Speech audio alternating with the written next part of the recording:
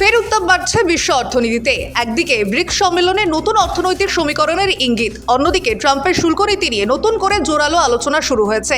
সম্প্রতি অনুষ্ঠিত ব্রিক্স সম্মেলনে অংশগ্রহণকারী দেশ ব্রাজিল, রাশিয়া, ভারত, চীন ও দক্ষিণ আফ্রিকা জোর দিয়েছে একটি বিকল্প আর্থিক ব্যবস্থার উপর।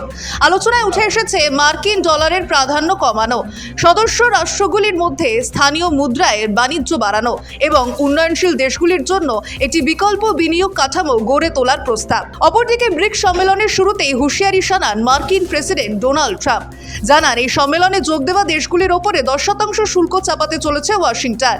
এরপর ব্রাজিলকে শিক্ষা দিতে আমেরিকায় রফতানি হওয়া পণ্যের ওপর অতিরিক্ত 50% শুল্ক আরোপের কথা ঘোষণা করলেন ট্রাম্প। আগামী 1 আগস্ট থেকে এটি কার্যকর করা হবে বলে জানা গিয়েছে। এছাড়া ট্রাম্পের রোষানলে পড়েছে আরও 7টি দেশ। আলজেরিয়া, ইরাক, লিবিয়া এবং শ্রীলঙ্কার পণ্যের ওপর 30% কর বসাচ্ছে আমেরিকা।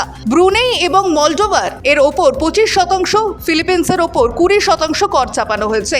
এক্ষেত্রে প্রশ্ন উঠছে, শুল্ক বানের আবহে ভারতের কি হবে? সম্প্রতি আমেরিকার সঙ্গেও ভারতের ঘনিষ্ঠতা বেড়েছে। দুই দেশের মধ্যে চলতি সপ্তাহে বাণিজ্যিক চুক্তি হতে পারে বলে খবর। এই বিষয়ে ট্রাম্প নিজেও জানান, ভারতের সঙ্গে চুক্তিও হয়ে গিয়েছে, মানে প্রায় চূড়ান্ত, কিন্তু সেই বাণিজ্যিক চুক্তি এখনো হয়নি। এই আবহে প্রশ্ন উঠছে, মোদির ব্রিক্স সম্মেলনে যোগ দেওয়ার পরিস্থিতি বদলে যাবে না তো? প্রসঙ্গত, ট্রাম্পের নতুন ঘোষণায় শুল্ক কমেছে Kazakhstan, Laos, Myanmar, Tunisia, Serbia, Cambodia এবং বসনিয়ার। কাজাখস্তানের ওপরে শুল্ক 27% থেকে কমিয়ে 25% করা হয়েছে। লাওসের 48% থেকে কমে হয়েছে 40%। মায়ানমারের ক্ষেত্রেও 44% থেকে কমিয়ে 40% করা হয়েছে। এরকমভাবেই তিউনিশিয়ায় 28% থেকে কমে 25%, সার্বিয়ায় 37% থেকে কমে 32%, কম্বোডিয়ায় 49% থেকে কমে 36% এবং বসনিয়ার 35% থেকে কমে 30% হয়েছে।